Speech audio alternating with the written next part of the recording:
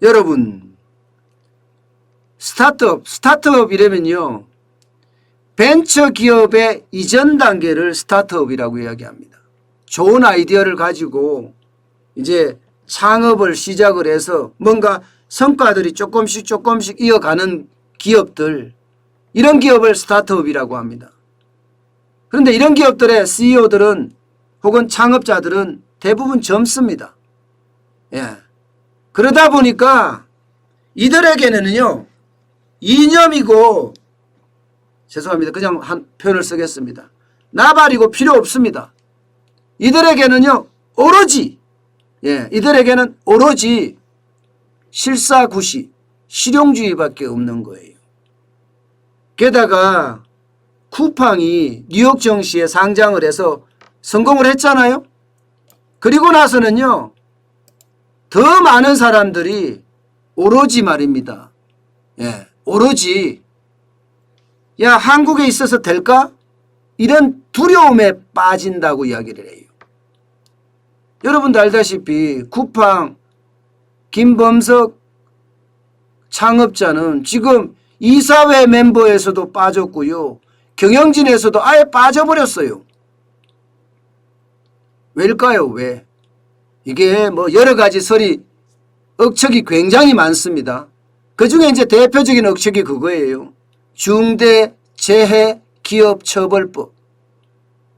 중대재해기업처벌법은요, 자칫 노동자가, 근로자가 업무 중에 사망을 한 사건이 납니다. 그럴 경우 어떻게 되느냐? 말이 필요 없습니다. 회사의 책임이 만약에 있을 때는요, 그 회사의 CEO, 최고 책임자는 무조건 감옥살이를 1년 이상 해야 됩니다. 법이 그렇습니다. 1년 이상의 법이에요. 1년 이상. 최소 1년 이상의 형량을 때린다. 이렇게 돼 있습니다. 그러니까 이게 쿠팡은 회사는 커지고 사람은 엄청나게 많고 이러다 보니까 어떻겠습니까? 아, 이거 안 되겠어. 내가 그냥 다 사퇴하고 글로벌에서 장악해서 이 회사 통제하면 돼. 이렇게 생각을 했을지도 모릅니다. 그처럼 말입니다. 대한민국에서 기업하는 게 쉽지 않다. 그런 이야기가 돼요. 게다가 젊은이들이 가지고 있는 사고방식, 이 실용주의를 표방하는 이들에게는요, 미국이 어쩌면 기회의 땅일지도 모르겠어요. 그래서 유망 스타트업들이 하나 둘 이렇게 떠난다는 사실이에요. 여러분, 이걸 한번 보세요.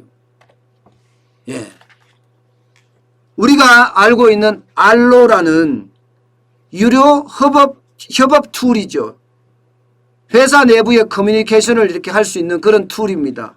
알로라는 회사, 거기에다가 샌더버드라는 회사, 여기에다가 스위시라는 회사까지 줄줄이 본사를 해외로 옮기고 있습니다. 본사를 해외로 옮긴다고 하면요, 기본적으로는 제일 중요한 스타트업의 핵심이라고 이야기하는 주 52시간제의 제한을 받지 않습니다. 본사가 해외에 있기 때문에. 그러면 이게 52시간제가 아니라 더 많이 일해도 상관없는 거죠. 미국의 시간제를 따라가니까. 외국 기업이 되는 거예요. 한국에서는요. 사실 스타트업이라는 게 뭐예요? 일 많이 해서 빨리 성과 내서 이게 벤처기업으로 혹은 유니콘으로 성장하는 게 이들의 큰 욕심인데 그게 안 된다는 거 아니겠습니까? 사실 이 알로라는 회사는요, 미국의 샌프란시스코로 본사를 옮겼습니다. 그리고 나서 실제로 더 큰 효과가 있다고 이야기해요. 그러면서 그 회사 이사 박주정 이사는요, 미국으로 본사를 옮기길 잘했어, 이렇게까지 이야기합니다. 여기에 샌드버드라는 회사는요, 쉽게 말하면 기업용 채팅 메신저입니다. 기업용 채팅 메신저. 여러분도 아실지 모르겠지만 저도 이번에 알았는데요. 미국의 Y 콤비네이트. Y 콤비네이트라고 하면 스타트업 사관학교라고 불립니다. 이 Y 콤비네이트에서 쉽게 말하면 한국 벤처로는 두 번째 선정이 됐습니다. 이 회사가 말입니다. 그리고 샌드버드라고 이름을 바꾸고 바로 실리콘밸리로 본사를 옮겼습니다. 제가 여러분들도 아실지 모르지만 그 표현이 조금 서툴렀네요. 죄송합니다. 여러분들도 아시겠지만으로 바꾸겠습니다. 어쨌든 이 샌드버드라는 회사는 그렇게 옮겨갔습니다. 지금 현재 스윗이라는 회사, 스윗이라는 회사도 지금 옮겨가려고 합니다. 이게 스윗이라는 회사는요, 쉽게 말하면 뭐 구글이든 MS든 여기만 들어가면, 스윗에만 들어가면 업무용 소프트웨어를 쉽게 사용할 수 있습니다. 전 세계 2만 개 기업이 이걸 사용하고 있습니다. 이 회사도 지금 미국으로 가겠다 이렇게 이미 선언을 하고 지금 본사를 옮길 준비를 하고 있습니다. 저는 이런 상황을 보면서요, 이게 옮기는 과정이 그렇게 쉽지는 않거든요. 여기서 창업을 해서 미국의 지사를 만들면서 지분 교환을 해서 미국의 지사가 본사가 되는, 한국엔 지사가 되는 그런 상황으로 바꾸는 건데 참 쉽지 않습니다. 법도 좀 다르고 세금도 좀 다르고, 이 스와핑을 한다는 게 스와피잖아요. 주식에 스와핑을 한다는 자체도 여러분 이게 거래로 보거든요. 거래로 보기 때문에 당연히 양도 차익에 대해서는 세금이 나옵니다. 그런데도 불구하고 이들이 본사를 옮기는 이유는 뭘까요? 그만큼 대한민국의 규제가 심해졌다는 뜻입니다. 저는 이런 걸 생각하면요, 진짜 가슴이 점점 미어져요. 절대로 하지 말아야 될 그런 상황이 지금 대한민국 땅에서 벌어지고 있다는 사실입니다. 떠나잖아요. 사람들이 떠나잖아요. 떠나면 안 되거든요.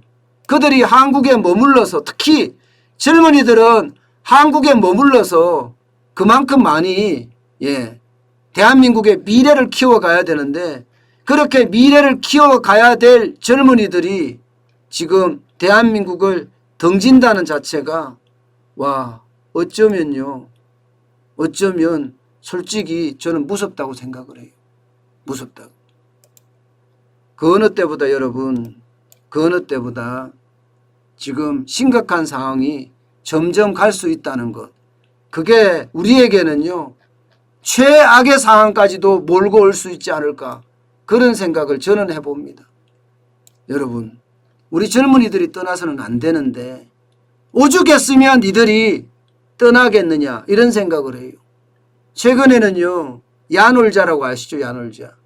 숙박 앱이죠. 숙박 앱. 야놀자에도 손정희 회장이 2조를 투자를 했습니다. 그러면서 야놀자는 어떻게 계획을 잡고 있을까요? 야놀자도 국내에 상장 안 할 거예요. 해외에 상장하는 모양새. 그래야지 손정희 회장 입장에서는 투자 가치를 그만큼 뽑을 수가 있는 거죠. 국내에 상장해서는 그만큼 가치가 없을 테니까 말입니다. 왜 가치가 없냐고요? 가치가 낮게 평가가 되겠죠. 쿠팡을 보면 알잖아요. 쿠팡이 미국에 상장하자마자 100조로 지금 편성이 됐을 정도잖아요. 물론 지금은 많이 떨어졌지만 그만큼 상황이 다르다는 이야기입니다. 다르다는 이야기. 그래서 저는 여러분들에게 다시 말씀을 드리지만 우리나라 변해야 합니다. 이대로 계속 가면요, 젊은이들이 떠나서 미래가 없어지는 거예요. 젊은이들이 떠나서. 그래서 더 안타깝게 된다. 저는 그런 생각을 합니다.